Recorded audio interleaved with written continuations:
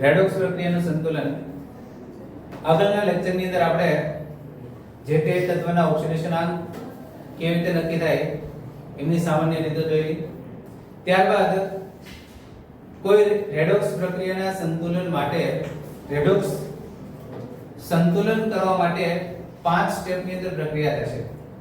તો 5 સ્ટેપની અંદર કેવી રીતે રેડોક્સ પ્રક્રિયાનું સંતુલન થશે તે આજે આપણે ભણીશું. અહીંયા બોર્ડ ઉપર લખેલી છે કોઈક રાસાયણિક પ્રક્રિયા, જે રાસાયણિક પ્રક્રિયાનો આપણે ઓક્સિડેશન આંકની રીતે રેડોક્સ પ્રક્રિયાનું સંતુલન કરવા જઈ રહ્યા છીએ. તો પ્રથમ આપણને ઓક્સિડેશન આંકના નિયમોનો ખ્યાલ છે. અહીંયા આપેલ પ્રક્રિયાના ઓક્સિડેશન આંક લખીશું અને ત્યાર પછી 5 સ્ટેપની અંદર કેવી રીતે સંપૂર્ણ પ્રક્રિયા ઓક્સિડેશન આંક ની રીતે સંતુલિત થાય એ જોઈએ. ચાલો અહીંયા ક્રમશઃ લખું છું. સ્ટેપ નંબર 1 જેની અંદર આવશે આપેલ રાસાયણિક પ્રક્રિયાના દરેક તત્વોનો ઓક્સિડેશન આંક લખતા. સ્ટેપ નંબર 1 આપેલ રાસાયણિક પ્રક્રિયામાં દરેક તત્વના ઓક્સિડેશન આંક લખતા.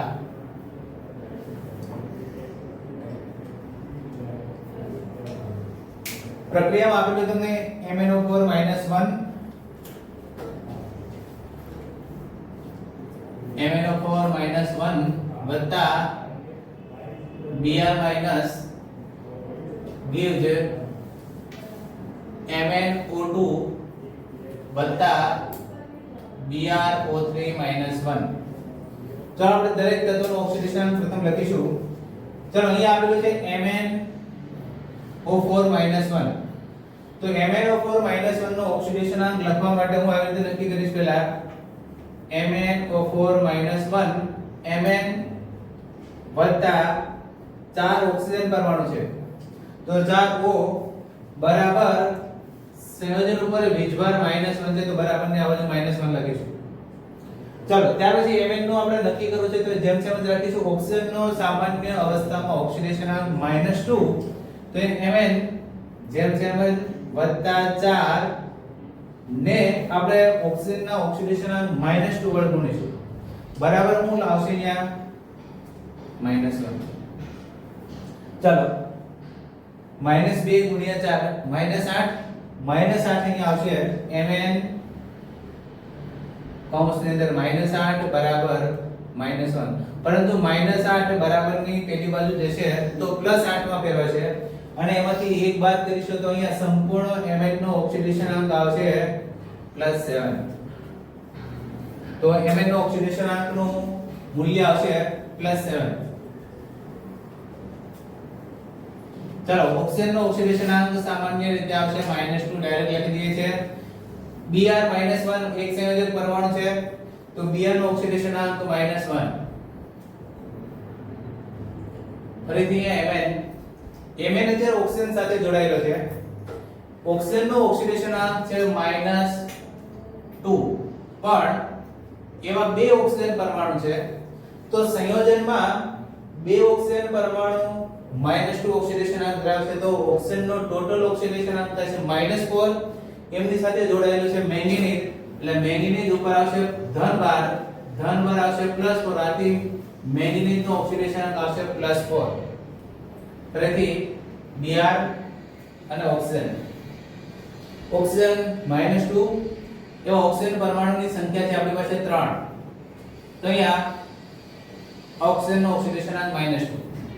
ઓક્સિજનના 3 પરમાણુ એટલે 3 દુ 6 -6 બરાબર ના આ બાજુ જશે તો +6, એમાંથી ઉપર -1 એટલે Br નો ઓક્સિડેશન આંક આવશે અત્યારે +5. ચાલો આ દરેક તત્વના ઓક્સિડેશન આંક આપણે લખી દીધા છે. આ પ્રથમ સ્ટેપ અહીંયા આપણો પૂર્ણ થશે. બીજા સ્ટેપની અંદર શું કરવાનું થશે? તો બીજું સ્ટેપ હું અહીંયા લખી રહ્યો છું. સ્ટેપ નંબર 2 જે તત્વના ઓક્સિડેશન આંકમાં ફેરફાર થતો હોય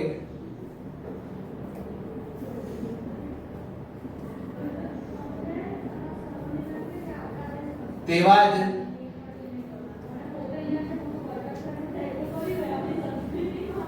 પરમાણુનું સંતુલન કરતા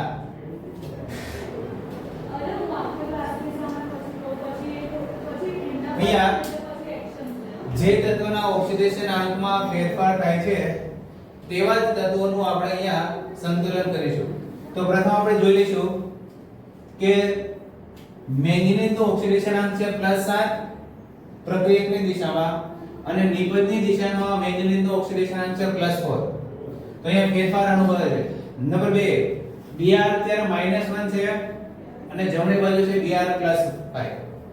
તો અહીંયા બે તત્વોના ઓક્સિડેશન આંકમાં ફેરફાર થાય છે, પણ ખાસ બાબત એ યાદ રાખવાની છે, ઓક્સિડેશન આંકને હમણાં ધ્યાનમાં નથી લેવાનો, એનો ફેરફાર ધ્યાનમાં લઈ લીધો તમે. તો હવે ફેરફાર ધ્યાનમાં લીધા પછી જેના ઓક્સિડેશન આંકમાં ફેરફાર થાય તે પરમાણુને સંતુલનમાં લેવાના છે. તો અહીંયા ફરીથી રાસાયણિક પ્રક્રિયા લખીએ. Mn O4 -1 વત્તા Br minus gives MnO2 વત્તા BrO3 -1. ચલો, જેના ઓક્સિડેશન આંકમાં ફેરફાર થાય છે એવા તત્વો લખીએ. તો અહીંયા છે Mn +7, અહીંયા Mn +4, અહીંયા Br -1, અહીંયા Br +5. अब બંને બાજુની સંખ્યા જોઈએ તો Mn અહીંયા પણ એક છે, Mn અહીંયા પણ એક છે, Br અહીંયા પણ એક છે અને Br અહીંયા પણ એક છે. એટલે અહીંયા કોઈ રાસાયણિક પ્રક્રિયામાં સંતુલનની જરૂરિયાત નથી. જેના ઓક્સિડેશન આંકમાં ફેરફાર થાય છે પરમાણુ સંતુલનમાં જ છે. એટલે આ રાસાયણિક પ્રક્રિયામાં કોઈ ફેરફાર કરવાની જરૂરિયાત નથી. ચાલો બીજું સ્ટેપ કમ્પ્લીટ. જો હોય તો તમારે અહીંયા જે તે પરમાણુની આગળ ગુણવાના રહેશે. ત્યારબાદ અહીંયા ગુણ્યા પછી તમારે ઓક્સિજનને સંતુલિત કરવાના નથી બીજા સ્ટેપમાં. ખાસ ધ્યાનમાં રાખવું પડશે, કારણ કે અહીંયા Mn ને ગુણવાની જરૂરિયાત પડતી હોય તો પછી તમારે પછી ઓક્સિજનની સંખ્યામાં ફેરફાર થશે, પણ તમારે અહીંયા ઓક્સિજન સંતુલિત કરવાના નથી. માત્ર ને માત્ર જેના ઓક્સિડેશન આંકમાં ફેરફાર થતો હોય એવાને જ આપણે અહીંયા સંતુલિત કરીશું. ચલો આગળ નંબર 3, ત્રીજા સ્ટેપની અંદર ઓક્સિડેશન આંકના ફેરફારના આધારે ઓક્સિડેશન આંકના ફેરફારના આધારે ઓક્સિડેશન અને રિડક્શન પ્રક્રિયા નક્કી કરતા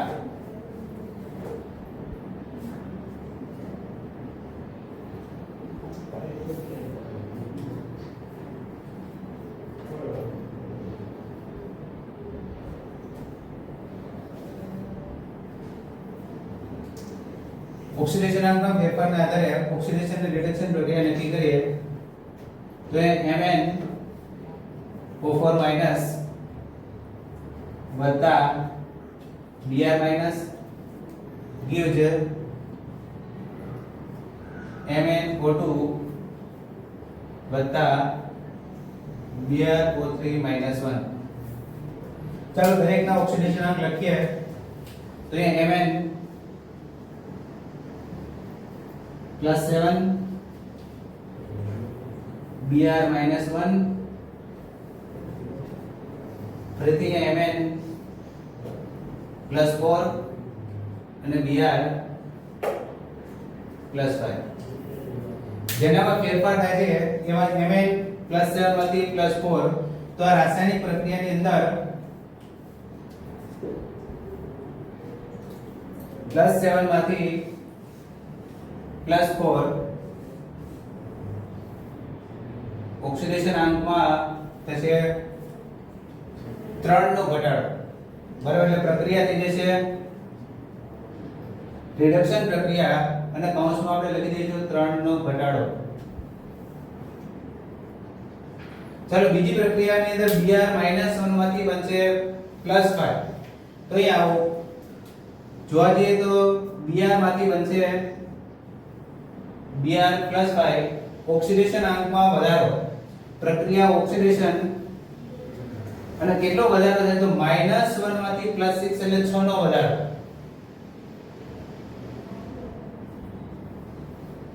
ચાલો ઓક્સિડેશન આંકના આધારે આપણે નક્કી કરી દીધું કે Br નું થશે ઓક્સિડેશન અને મેંગેનીઝ નું થશે રિડક્શન. આ ત્રીજું સ્ટેપ કમ્પ્લીટ. ચોથા સ્ટેપ ની અંદર આપણે ઓક્સિડેશન આંકના ફેરફાર અને ઓક્સિડેશન રિડક્શન નક્કી કર્યા પછી બંનેના ફેરફારને સંતુલિત કરવાના છે. કે ઓક્સિડેશન આંકનો ફેરફાર રિડક્શન પ્રક્રિયાનો અને ઓક્સિડેશન પ્રક્રિયાનો ફેરફાર સંતુલિત કરવા માટે કઈ પ્રક્રિયાને કેટલા વડે ગુણવામાં આવશે તે આવશે. તો ચોથું સ્ટેપ આપણે આવી રીતે લખીશું ઓક્સિડેશન અને રિડક્શન પ્રક્રિયાના ઓક્સિડેશન આંકના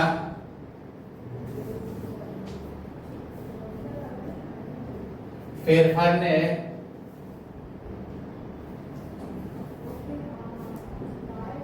સંતુલિત કરવા.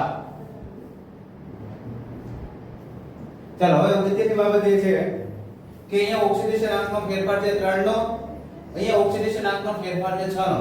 તો બંનેને આપણે સરખા કરવો હોય તો શું કરી શકાય? તો એ કરવા માટે આપણે ધારો કે રિડક્શન પ્રક્રિયાને 2 વડે ગુણી દઈએ. તો રિડક્શન પ્રક્રિયાને 2 વડે ગુણી દઈએ તો અહીંયા ઓક્સિડેશન આંકનો ફેરફાર 6 નો છે, તો અહીંયા પણ ઓક્સિડેશન આંકનો ફેરફાર 6 નો થઈ જશે. એટલે બંને ઓક્સિડેશન અને રિડક્શન પ્રક્રિયાના ફેરફાર સંતુલનમાં આવી જશે. ચાલો તો અહીંયા લખી શકીએ આપણે કરવા કઈ પ્રક્રિયાને રિડક્શન પ્રક્રિયાને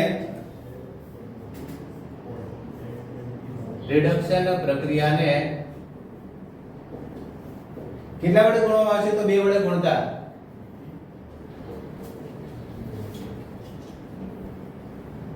રિડક્શન પ્રક્રિયાને 2 વડે ગુણી દઈએ. પણ રિડક્શન પ્રક્રિયામાં માત્ર રિડક્શન પ્રક્રિયામાં એટલે કે પ્રક્રિયકની દિશામાં અને નિપજની દિશામાં બંને બાજુ ગુણવાનું થશે.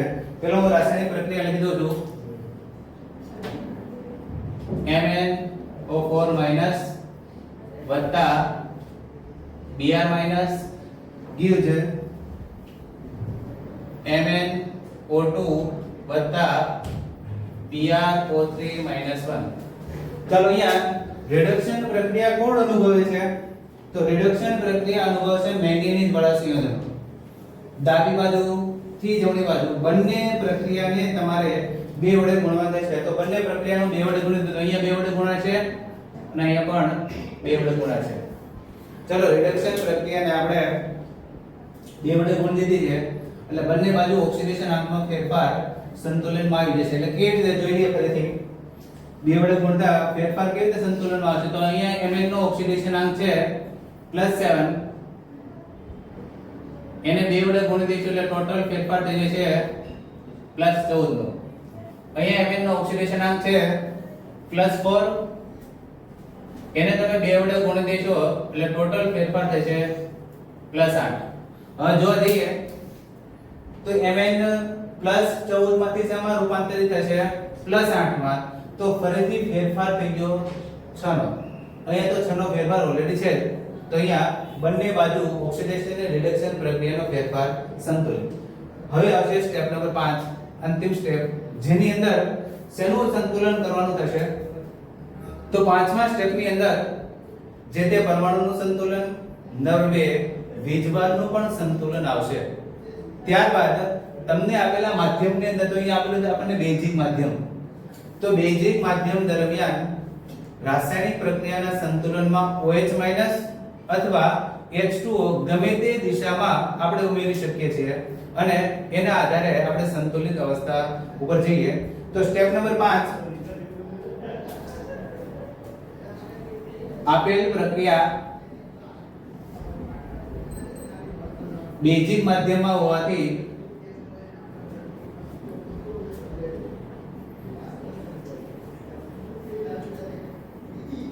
OH માઈનસ અને H2O ઉમેરી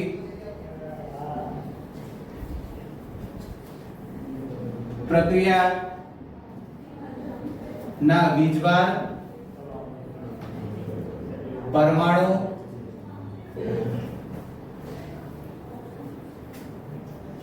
વીજભાર પણ સંતુલિત કરવાનું થાય છે, પરમાણુ પણ સંતુલિત કરવા થાય છે અને ત્યારબાદ શબ્દ આવશે પ્રેક્ષક આયનો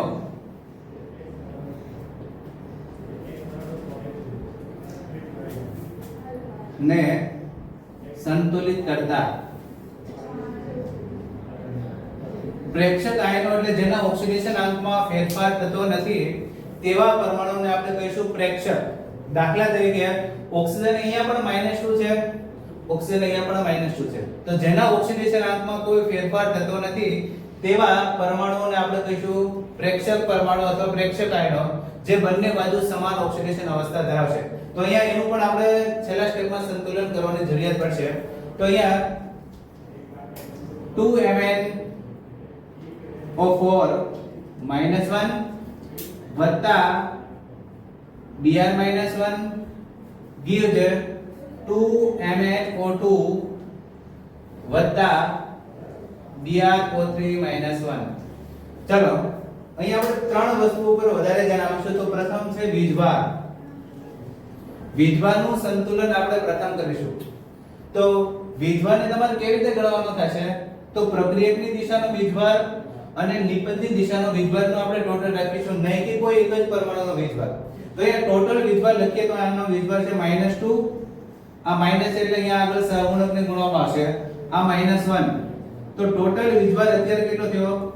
-3. ચાલો આ બાજુ ટોટલ વીજભાર -1 જ છે, અહીંયા કોઈ આગળ વીજભાર ધરાવતો નથી, એટલે આ બાજુનો ટોટલ વીજભાર છે -1, આ બાજુનો ટોટલ વીજભાર છે -3.